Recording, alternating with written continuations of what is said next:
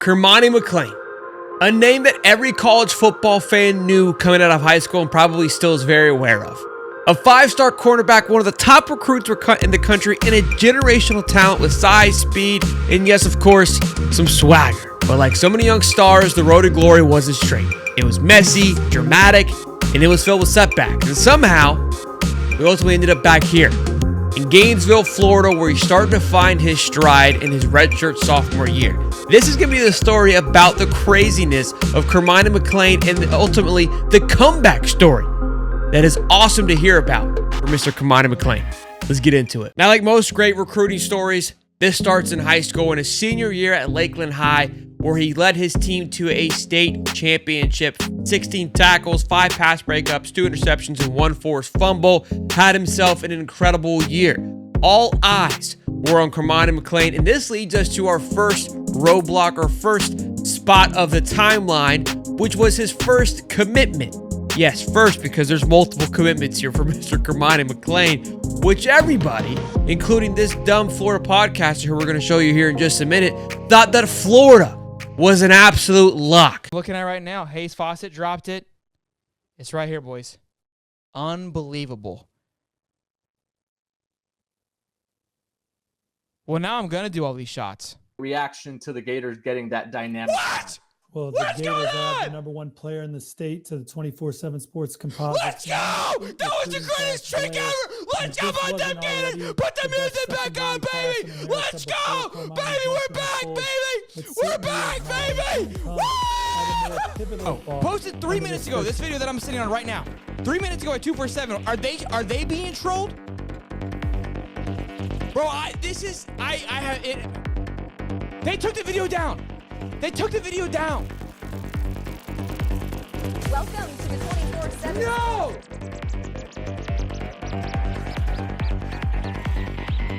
Bro, okay.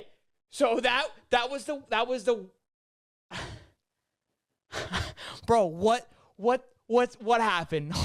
Having drama surrounding a recruit is not out of the ordinary, especially when you're a top-tier recruit like Kermani McClain. It comes with it. Everyone expects it. The flash, the glamour, the trickery. It's part of the game. It is what it is. No big deal. Well, here comes National Signing Day, and somebody else starts coming up the track. Coach Prime is looking to make another big splash after stealing some big-time recruits like Travis Hunter just the year prior. So everyone starts to buzz it. Is Cormani McClain going to leave Miami on red and head on and take his talents to Boulder? No way, right? He's not leaving home. He's not going all the way out there where it's cold. Well, come National Signing Day, the first National Signing Day, Miami is prepared. They're waiting for Mr. Cormani McClain with a cake. Now, they're the ones with the eggs on their face because Cormani McClain ultimately ended up being a no-show for that initial signing day. Nowhere to be found, nowhere to be heard from. Where is he? This now starts a trend of Cormani McClain. There's flash, there's swagger, but then when you have this unnecessary drama, when you haven't even touched the football field, some red flags are starting to be raised. But it gets pushed to the side, goes on, commits to Colorado. Everybody's ecstatic. Huge for Coach Prime. Another big fish that he lands in Cormani McClain. Big 5-star talent. The buzz in Colorado is through the roof. It gets pushed to the side. The love for Kermani is still riding. Everybody in Colorado is supporting him, waiting to see what he is going to do at Colorado. Mind you, this is Coach Prime's first year. This first year ultimately ended up being a pretty bumpy one, but Kermani sees the field. He has some high moments, he has some low moments, but as the season goes on, we start to not see Kermani as much. And we wonder what's happening here because we really thought that Coach Prime would put Kermani into the best scenario possible, especially being the great cornerback that Coach Prime was. Well, after that first season comes to an end in Colorado, we find ourselves in another interesting situation with Kermani. There's clips that are surfacing of him speeding on the highway. He's not there. He's back home. All these insiders are chirping that Cormani McClain is leaving. But Colorado still feels pretty confident that Cormani McClain isn't going anywhere. Ultimately, this breakup happens, and Kermani enters into the portal. Now, again, the red flags are still rising as we have continuous issues with committing, flipping, committing, having situations at Colorado. Coach Prime says, look, it wasn't working out. Couldn't get him to focus. He's late. You're hearing rumors of him missing classes, all these things. So he hits the portal. Coach Prime says some words. Then Kermani takes it upon himself as he's in the portal to make his own video, to defend himself. This is where we go into the next part of our chapter, where he throws out the words, "I don't want to play for clicks," which simulates the comments that Dan Lanning said earlier on in the year. So definitely a shot towards Coach Prime of like, I'm not trying to play for this show. I want to play for the best person available to make me better. There's a little bit of drama there. Then this is where it gets a little bit, the downhill slide for Kermani starts to happen, okay? Because once a must-have commit on your football team has had a plethora of events now that have been red flags, that have got everybody kind of worried of like, do we take a chance on this kid? Do we want to go out there and risk it on him? Because at this point, it seems like damaged goods, if you will. The offers that are coming through from the portal, not as sexy, not as big. Memphis, Kansas, I want to say, and not to take shots to any of those schools, but when you're the number one quarterback in the country just 12 months ago, and you get the likes of Memphis and Kansas are your only options where you can go and play for a scholarship, it's a hard fall from grace, right? Well, here in Hightop Sports, we start hearing rumblings that the returner Kermani could be happening. And I got to be honest, wasn't a fan. I've seen enough. We've seen too much of the drama, too many red flags. I go, this isn't something you probably don't want to get your hands in. I don't know how this is going to work in the locker room. We've heard some things in Colorado. It's all hearsay, thearsay, but I've seen enough on the field and the production of how he's handled himself. Is this going to be a good move for an up-and-coming Florida team? Well, then we find out he's going to be a walk-on. I mean, talk about a fall from grace, right? You know, scholarship, going to walk on. You've got to not only earn your scholarship, but earn your opportunity to play on this team. You're talented enough to be a starter, but you're going to start at the bottom and work your way up. I was fine with it. Respect. Earn it. Go get it. My expectations, low. Let's be honest. Nothing on this paper that I've seen would excite me for what Mr. Cormani McClain was going to be able to do. Then some more off-the-field drama happens. Still showing up late, making guys run laps. Not great fit for the culture. These were the things that everybody was screaming. At this point, in my opinion, this is as low as you could get for this Kermani rise and fall. Okay? But something clicked. I don't know what it was. Didn't hear about it. We go into that first season at Florida. He's not starting, but we're all ready to see. We all know what he can do. The kid's talented. Will we see Cormani McClain this year? He steps into the Kentucky game where Florida has a pretty good lead. We're excited. We love this for Kermani. At this point, he had made strides with the team, had been showing up on time in class. This is your moment, kid. Go be the cornerback that we all know that you can be. Show us what's up. And by golly, he did.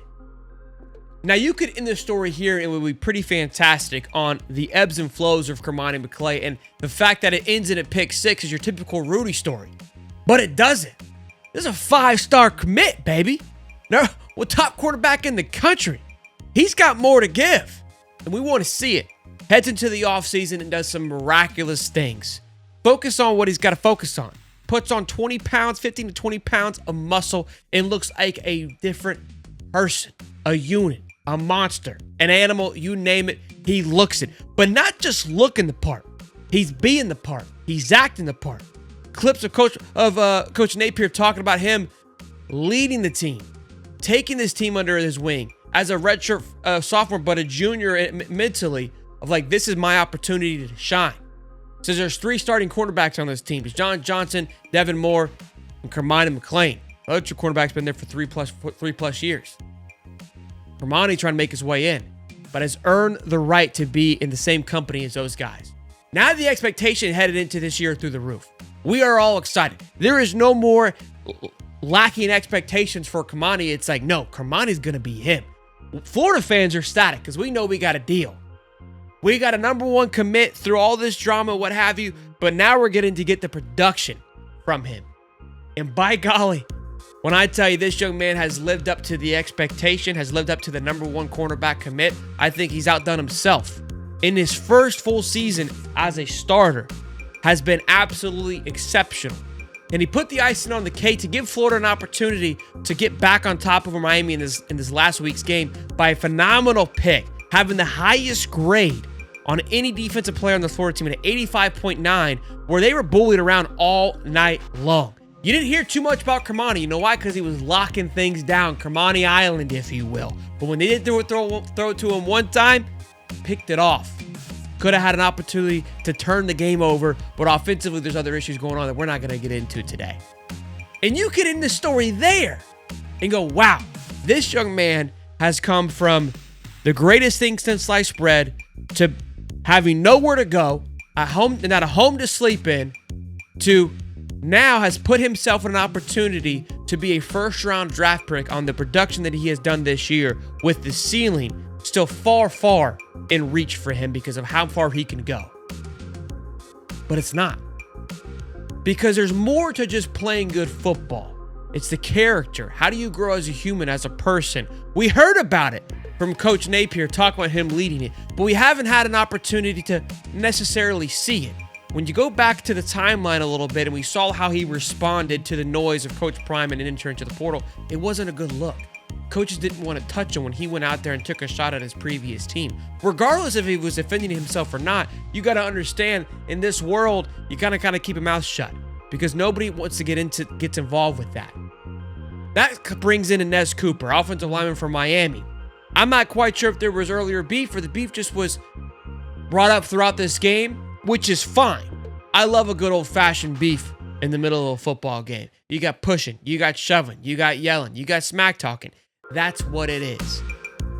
Now, in this new world, it sometimes carries off the football field. I think if you ask football players, they'd like for it to stay in between the white lines, but not everybody follows those rules, and I'm not here to put those rules into place. Inez Cooper takes Instagram Live to call out Cormani McClain about his actions, about how he played. Here's what he had to say. Kermani McClain, you a blank. You know where I'm at. You know where I be every day. 95, Jamari Lyons, get up with me, trying to hurt me and stuff. And he goes on to continue to kind of just talk smack to Kermani McClain. Again, I'm not worried about it. Not a big deal to me. How you respond says everything. Could have easily went after and started making his own videos talking smack. Now, again, they did lose, so how much is he really going to say? I don't know. But it's very easy to take the bait. Very easy to dive into it. Kermani McClain responds. Hold your breath. What'd he say? Everybody keeps asking if I've seen that video. I'm locked in on getting better every day, being a better teammate, and figuring out how we can win games together. Best of luck to Nez in Miami. Go Gators. That's where the story is. Incredible stuff from Kermani McClain. Hell of a response. Takes the high road. Again, and most people say, well, yeah, he lost. You can say whatever you want.